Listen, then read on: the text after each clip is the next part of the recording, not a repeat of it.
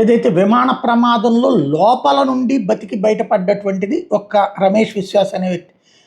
బయట అది ఎక్కక బతికిపోయినటువంటి అమ్మాయి తృప్తి. అయితే ఈ 11A సీట్ దగ్గర కూర్చున్నటువంటి తను బతికిపోయినటువంటి అంశానికి సంబంధించి తనే అసలు ఎలా బ్రతికానో నాకే అర్థం కావట్లేదని చెప్పడం, తనే లేచి వెళ్ళి నేనే అందులో నుంచి వచ్చానని చెప్పడం, అతను ఆసుపత్రిలో చేర్చడం, నిన్న నరేంద్ర మోడీ కూడా పరామర్శించడం చూసాం. ఇదే సందర్భంలో థాయిలాండ్కి సంబంధించిన ఒక నటుడు కూడా తను 11A సీట్ దగ్గర అప్పట్లో ప్రమాదం జరిగి 130 మంది చనిపోయినప్పుడు తనొక్కడే ఆ సీట్ దగ్గర ఉండడం వల్ల బతికిపోయాను అన్నటువంటి విషయం చెప్పుకొచ్చారు. అసలు ఏంటి ఈ సీటు ప్రత్యేకత ఏంటి అంటే, దీనికి సంబంధించి 11A seat air conditioning system పిఏసీకి సమీపంలో ఉంటుందంట. అక్కడ కిటికీ ఉండదు. దీంతో ఈ సీటును సాధారణంగా ఎవరు ఎంచుకోరు.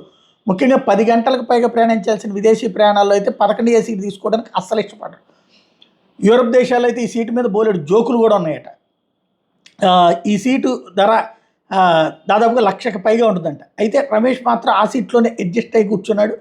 లండన్ బయలుదేరాడు. ఎమర్జెన్సీ మార్గానికి దగ్గరగా ఉండడం వలన ఆ పేలుడు జరిగినప్పుడు ఎమర్జెన్సీది ఓపెన్ అయిపోయి అక్కడి నుంచి ఎగిరి అవతల పడడం జరిగింది అన్నటువంటి విషయం ఇప్పుడు తేలుతోంది.